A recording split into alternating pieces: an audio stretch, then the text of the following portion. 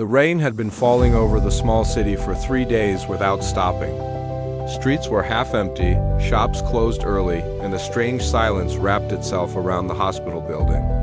Inside the emergency department, Dr. Ayan rubbed his tired eyes and looked at the clock. 2:47 a.m., another long night shift, another battle between life and death. He leaned back on his chair for a moment, listening to the rhythmic beeping of monitors and distant thunder. Being a doctor was never his childhood dream.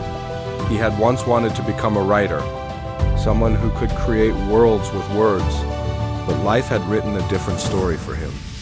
His phone vibrated, a message from his younger sister. "Bye. Emmy is not well. She keeps asking when you'll visit." Ayan closed his eyes. He hadn't gone home in 2 months. Patients kept coming, emergencies kept happening.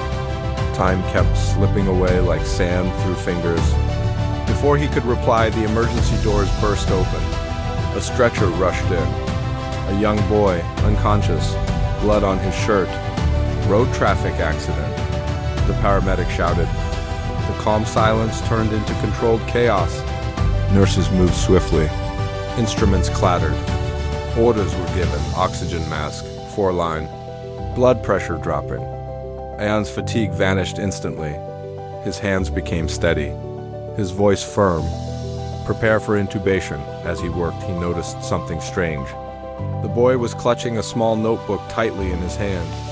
Even in unconsciousness, his fingers refused to let go. "Remove it," a nurse suggested. "No, wait," Ayan said. Let him hold it. Minutes felt like hours. Sweat rolled down his forehead. The storm outside grew louder, as if the sky itself was praying for the child. Finally, the monitor showed improvement. Pulse stabilizing, breathing assisted but steady. Ayan exhaled deeply.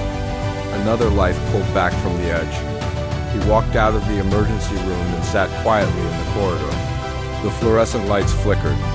He felt an overwhelming wave of exhaustion and loneliness. He wondered, how many lives had he saved? And how many moments of his own life had he lost? Curiosity pulled him back toward the boy. He gently opened the notebook. Inside were stories, short stories, dreams written in childish handwriting. On the first page, a title, "When I Grow Up," Ayan read aloud softly. "When I grow up, I want to become a doctor. Not because doctors are rich, but because they stay awake so others can sleep." His throat tightened.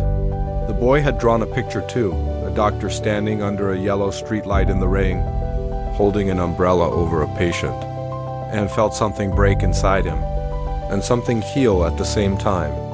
Morning arrived slowly. The rain stopped. Sunlight pushed through gray clouds like hope refusing to surrender. The boy regained consciousness, weak, confused, but alive. "What is your name?" Ayan asked gently. "Samir," he whispered. Did I die?" Ayan smiled. "No, you fought?"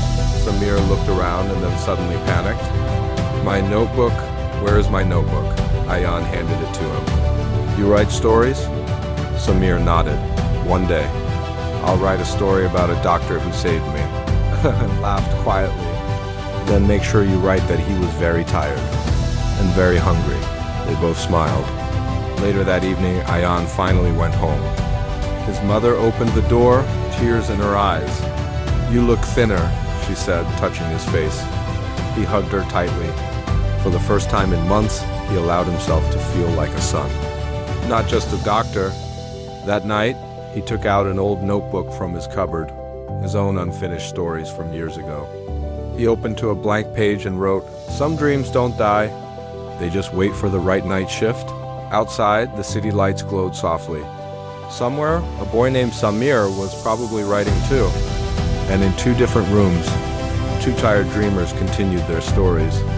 The end.